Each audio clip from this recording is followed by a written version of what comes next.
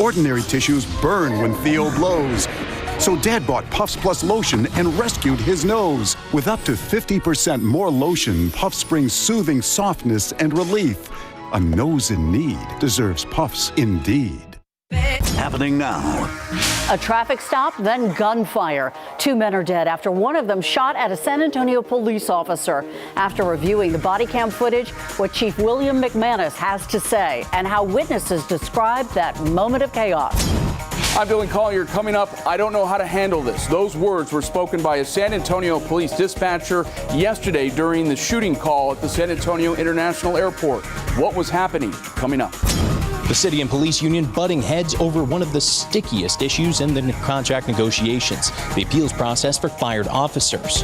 So, are they at an impasse? And after a couple of really cloudy, gloomy days, I know you're wondering about the weekend. I'll give you a hint. It's going to be much cooler out there. We'll talk all about it. Get you ready coming up in the full forecast. After a nationwide search, the city of San Antonio has finally found a new head of Metro Health. Who it is and when the new director will start coming up. The News at 5 starts right now. At first at 5, 2 deadly shootings happening 2 days in a row, both involving San Antonio police officers. Today, 2 men were killed after what started as a routine traffic stop on the far west side. San Antonio police say an SAPD officer exchanged gunfire with a driver in the 2300 block of Penn Road this morning.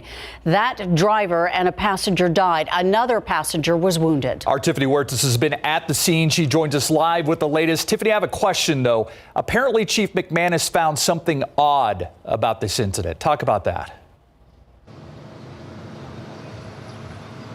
Chief McManus says he viewed footage of the encounter and he noticed the conversation between the driver and the officer was very casual at first, but then it quickly escalated. Chief McManus says the officer, a 5-year veteran with the department, was simply conducting a routine traffic stop this morning. There were 3 people inside the truck, and McManus says there was no apparent reason or warning. The driver pulled a gun and started to shoot. He approached the vehicle, spoke very casually at the window for, I don't know, maybe a minute and a half, 2 minutes. And then all of a sudden the gun was pulled and he ran backward and returned fire. McManus says the officer was hit in the hand and his radio. He says the officer fired back, striking and killing the driver and the passenger, both men in their 20s. Their names have not been released. The third passenger, a woman, was shot in the torso and was taken to the hospital. The police officer was also taken to the hospital. His condition is unknown at this time. Now, while the scene is cleared right now, it was very chaotic earlier today. Patty Santos had the chance to speak with business owners in the area who witnessed it all. Patty, what did you see?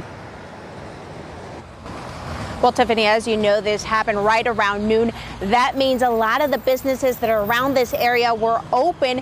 Many of the owners that I spoke with say they actually heard the shots, several of them, and they tell me they wanted to play it safe and make sure that all was clear before they went out to look.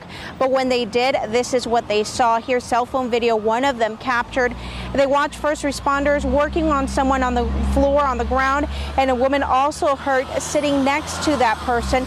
They heard a lot of bullets flying, so they knew this was likely a very serious situation. I was working on the hood when I heard the shots, and I heard first 2 rounds, and then I heard a few more, and then a little pause, and just some more shots.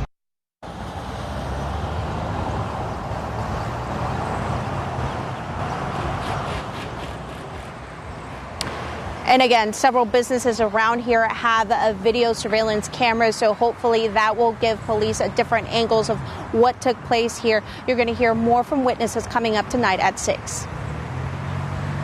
Patty Santos, Tiffany Huertas live from the scene. Thank you. And we have new developments in yesterday's shooting at San Antonio International Airport. We've learned the suspect, who was shot twice by a San Antonio Park police officer, died from a self-inflicted gunshot wound. San Antonio police releasing that update just a few minutes ago, saying the 2 shots that the suspect sustained from the Park police officer were non-fatal. The confrontation unfolding on the airport's lower level yesterday. And as that was unfolding, internal records obtained by our defenders show that officers were forced to assign themselves to the shooting call at the airport after a dispatcher said she didn't know how to handle the situation. Dylan Collier is live at the airport with what we've learned so far about this incident. Dylan. These details coming from what is called a critical incident checklist, which is a form that shows what went right and what went wrong during a big police situation. The checklist indicates for this shooting that officers started dispatching themselves to the airport yesterday after the SAPD employee who took this call said she did not know what she was doing. Records show a supervisor instead intervened and was able to correct the issue. The dispatcher was apparently unaware that while assigned to North Patrol, she is also supposed to assist the airport police department when needed. Here is some of what was said after this shooting call came in yesterday. Communications, Holly. Holly, I don't know how to handle this. I've never done this before. Is this North? Yes. Okay, let me get down there 1 second. Hold on. Okay. Thank you. All right. Bye. Internal records show the dispatcher was given an EDW, which I'm told stands for an employee discussion worksheet that is essentially a write-up for this dispatcher. SAPD this afternoon identified the Park police officer that took part in this shooting as 41-year-old John Maines. He's an 11-year veteran of this department. We still have not been given the name of the suspect. We only know at this point that he is 46 years old. Reporting live outside the San Antonio International Airport, Dylan Collier, KSAT 12 News. Thank you, Dylan. Now, in case you missed it, you can find full details on both the shooting on Penn Road today and yesterday's airport shooting right now on KSAT.com. We're also following along. We'll bring you any new developments, both on air and online. For the latest information, you can always head to KSAT.com and find each of these stories on our homepage right now. Meantime, it is the biggest and the stickiest issue in the ongoing labor talks with the city and the police union. How much power should an arbitrator have to reinstate fired San Antonio police officers? The two sides butting heads again today at the latest negotiation session. City Hall reporter Garrett Berger tells us where things stand with just one bargaining session left. We're trying to have a fair outcome. You're trying to fix the outcome by fixing it such that it's almost virtually impossible to win. Ron, that is exactly your position. It's absolutely not my position, and I'm offended that you would say I'm. 9 meetings in, the city and union are still struggling to find a workable compromise for revamping the appeals system for fired San Antonio police officers. Just feels like a huge circle here. The city wants a system in which the police chief's decision for discipline is given deference. The union wants its members to be able to continue to effectively challenge what they think are unfair firings. Accomplishing both goals in a way both sides can live with as appearing like a taller and taller order. Though neither side is calling it quits. Not yet. At this point, we're making slow progress still. I do think there is a path forward for purposes of us continuing discussion to be able to come to a process that accomplishes all of that. But we do have other tools. Both sides have proposals on the table, but their last scheduled bargaining session is Monday. While they can continue their talks past the original 60-day window, they'd have to agree. And they'd first have to agree it's still going somewhere. Garrett Berger, KSAT 12 News. Tragedy striking another community last night. Yet again, 8 people killed at a Fedex warehouse in Indianapolis. The news pushing the White House to once again call on Congress to act now on gun legislation. ABC's Andrew Dimber has more. Caller heard 10 shots from near the front of the entrance. In Indianapolis overnight, 8 people shot and killed, several others wounded at a FedEx ground warehouse near the airport. More shots went off. Somebody went behind their car to the trunk and got another gun, and then I saw one body on the floor. We're told around 100 workers were on duty when the shots rang out. Officials say the gunfire started in the parking lot and continued at the building, adding that the massacre was over in a matter of minutes. An internal briefing from the Department of Homeland Security says this facility is the second largest FedEx Express hub in the world. The gunman dying by suicide, according to police.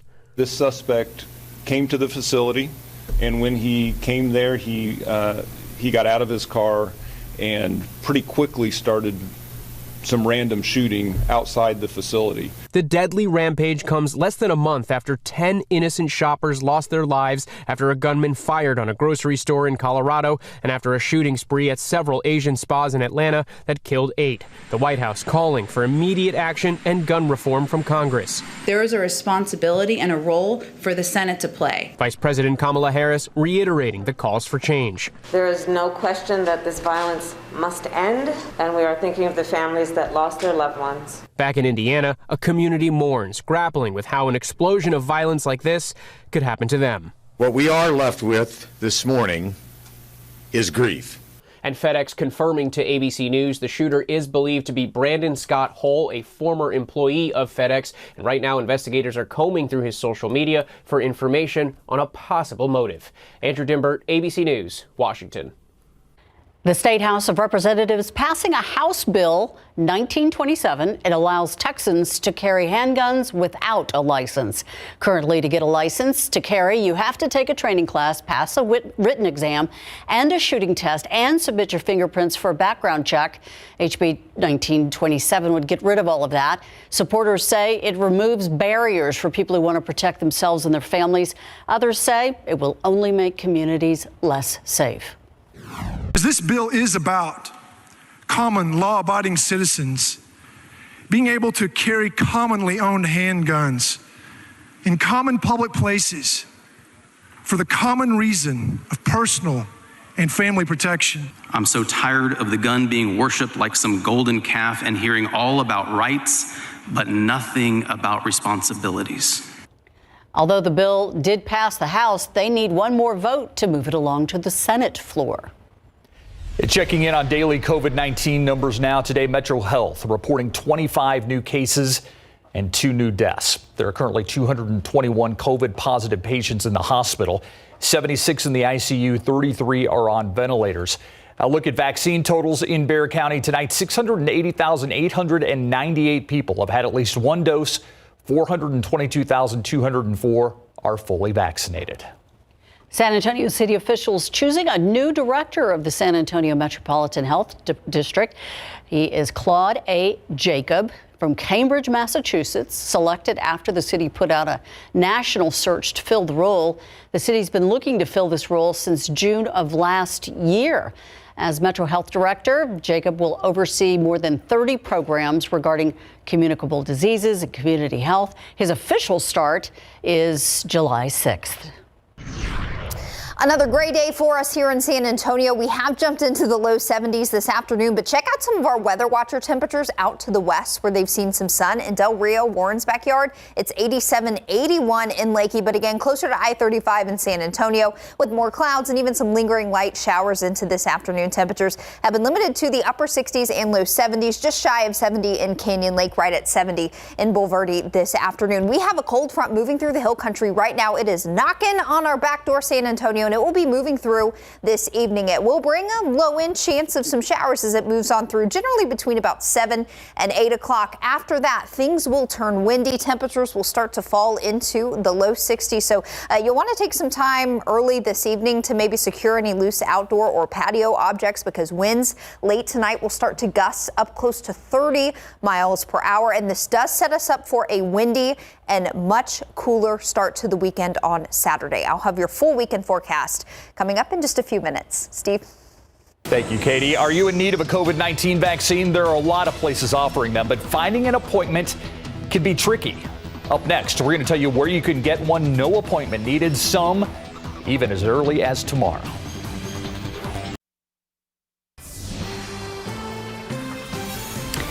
If you're still trying to get a COVID-19 vaccine, we have a couple of opportunities opening up. Yeah, starting today, anyone 16 and older can get vaccinated without an appointment at the Alamo Dome between the hours of 2 and 5 in the afternoon until capacity is reached. The Alamo Dome's drive-through clinic is open Tuesday through Saturday. Northeast ISD holding a vaccine event tomorrow at Piper Bass Memorial Student Center. It's at Jones Maltzberger. It's from 9 in the morning till 5 in the afternoon. It's for students 18 and older. Parents must register those students online and give consent. There are 500 doses of the Moderna vaccine available. Second doses will be administered May 15th. Students will need to bring their student ID and their pre-vaccination screening and a consent form, which must be signed by a parent or guardian. We have a link to register all that on KSAT.com. And Atascosa County holding a month-long drive-through vaccine event at the Poteet Strawberry Festival grounds. This particular event starts on Monday. Vaccinations are by appointment, however. They're expecting to give about 1,000 shots a day. You can schedule your appointment for April 19th through April 25th by calling the phone number you see on your screen right now, 830-580-2606. All right, I know we went through that information pretty quickly, but you can find all this information and much more about the coronavirus and the COVID-19 vaccine by going to KSAT.com and clicking on the coronavirus tab. There you'll also find information on what exactly goes into the vaccines, according to the CDC, and where else you can get vaccinated. And it's all on our website at KSAT.com. Looking outside with live cam. This has been pretty much the picture all day, although it might be just a tad brighter. I think a little bit. If we didn't have this front coming in the next couple of hours, we might get a chance to see a few peaks of sun before the day is up. But that front is going to come on through with a low chance of some showers, and it sets us up for what's going to be almost a fall-like weekend. Justin Horn hates pumpkin spice, so before he left for the weekend, I was sure to be like, enjoy our pumpkin spice weather. You and Justin this weekend. You and Justin are on the opposite ends of the pumpkin spice spectrum. We are, and I really, for my cool weather lovers out there, savor this weekend because I think this may be this our is last. It, huh? Yeah, it's not too long before we've got 90s across the weekend forecast. So kind of a treat coming up this weekend, and we may be able to squeeze out a few more showers tomorrow. For now, it's 72 and humid with a dew point in the upper 60s. But look at the spread in temperatures, just depending on who has seen some sun. In Del Rio, it's 90. It's 87 in Cotulla, 80 in Uvalde. So places that have been able to clear out a little bit this afternoon are a touch warmer at this hour. But here locally, and really for a lot of us, it's been a pretty gray day. There are a couple of little teeny tiny showers east of 35 here. Not much to see. Some light shower activity, again, generally east of the I-35 corridor. But if you'll notice here, I want you to pay attention to that kind of line here coming in through a portion of Kerr County into Bandera County. Not much rain along that line right now, but that's actually our cold front that will be moving through this evening. I think it's possible that a few more showers will fill in along this frontal boundary as we get closer to 7, 8, 9 o'clock as this continues to drop south. So this evening, this front will be moving through. Broken line of some light showers will be possible here. But after the front moves through your area, you'll notice because wind speeds will start to pick up a little breezy at first and then turning gusty late tonight. So watch by midnight. This is down to the south, working closer to the Gulf of Mexico. Not much to speak of in terms of rain. Things will still be cloudy, but things will be gusty as we get into midnight and the overnight hours. Now through dawn tomorrow morning, we're going to have a little bit of overrunning here into early on Saturday. That basically means behind this front, we stay cloudy. There's a little bit of lift to generate some lingering showers and maybe a few rumbles of thunder. Best chance to hear some thunder tomorrow, mainly during the first part of the day, should be well south of Highway 90 here in town, San Antonio, some passing showers. And again, maybe a rumble of thunder possible mainly through early afternoon. After that, we may get to squeeze out a few peaks of sun Saturday afternoon, heading into early Sunday morning with a few more sprinkles possible Sunday. I do think this is overdoing it a bit in terms of any rain we would see on Sunday. A few sprinkles possible. Best chance, I think, this weekend to cash in on a little bit more shower activity will be first part of the day on Saturday. So we've got that rain chance lingering through the first part of the day tomorrow. And take a look at your temperatures. High temperatures limited to the mid 60s tomorrow, mid to upper 60s on Sunday. Very windy tomorrow as well. I do want to reiterate that it is going to get quite windy tonight and into early on Saturday. Sustained wind speeds 15 to 25 miles per hour tonight, all the way through the first part of the day Saturday. Winds will gradually start to relax tomorrow afternoon, but essentially just a windy day tomorrow with some gusts up closer to 30-35 miles per hour overnight through the first part of the day on Saturday. So that's why I mentioned if you've got loose patio backyard objects, you may want to put them away or tie them down because it will be getting gusty tonight through the first part of the day Saturday. So we've got that chance of some showers. We've got the wind, but a big cool down. Here's where we'll start you temperature wise tomorrow. A lot of us mid 50s, but as we get into the afternoon, not much room to warm up. We're looking at high temperatures across the board in the 60s tomorrow. That is unseasonably cool for this time of year, but we'll take it because like we mentioned, it won't be long before we don't see those kind of temperatures for a while. So enjoy it if you like the cooler weather. Yeah, we'll be missing that in about 2 weeks. Yep. If not sooner. If not sooner. All right, so the Spurs back home, but this is really a tough schedule that they have finishing out here. The good news, they're back home. The bad news is it's the first game of back-to-backs, and they got to play Phoenix tomorrow in Phoenix. Darn. When we come back, are the Spurs ready for the Blazers tonight? We'll let you know. And how about one champion to champions? Coming up. The Spurs return home. We're having to head out and face the second best of the West, the Suns in Phoenix tomorrow. But before that, they have to face the Portland Trail Blazers, who are currently sitting in 6th with the Spurs in 10th of the Western Conference. This is their second meeting. The Blazers winning 125-104 back in January, but that was with LaMarcus Aldridge scoring 22 in what is now his final game against his former team. And because of the schedule, no rest for anyone, given the fact the Spurs are hanging on to their playoff hopes. It's just one of those years that's none like none other. You know, you got to figure it out. You know, and usually Pop don't have as many young guys. You know, so you know, we gotta push through it, man. You know, it's gonna be tough, but you know, we'll rest summertime. Summertime, right. 7:30 tip time tonight. Highlights for you tonight on the Night Beat with the surprise retirement announcement by former Spur LaMarcus Aldridge coming on Thursday due to a previous undetected heart ailment. LMA's 15-year NBA career comes to an end without reaching an NBA championship. Spurs head coach Greg Popovich releasing a statement after Aldridge spent 5 years in Silver and Black. It said in part, "We're grateful for his contributions both on and off the court during his time here in San Antonio. I'm proud of him for making this difficult decision. We wish him and his family all the best in the future." This was the moment right here when San Antonio's own Kiana Williams found out what team she will play for in the WNBA. And as fate would have it, it would be the defending WNBA champion Seattle Storm, coached by Dan Hughes, the former head coach of the San Antonio Stars, the 18th overall pick. We're at the College Basketball National Champions draft party for her reaction.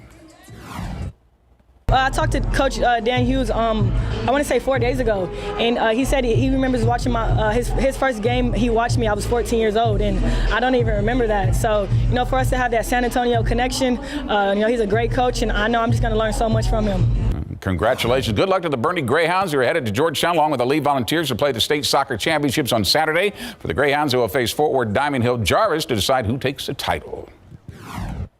We've been watching film on them, and I think the big thing will just be to outwork them, win balls in the air, win second chances, and go forward strong like we know how to do.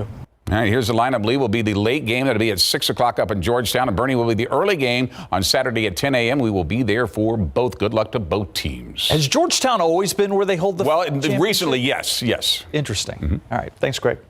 We'll be right back. All right, front coming through tonight sets us up for a cool weekend, both Saturday and Sunday. Windy tomorrow, gusts up to 30, 35, and some scattered rain possible mainly through the first part of the day. Can't rule out a few sprinkles on Sunday. If you've got outdoor plans Sunday, definitely the better day, guys. It certainly looks like it. Thank you, Katie, and thank you for watching the News at 5 with us. World News up next. We'll see you back here at 6.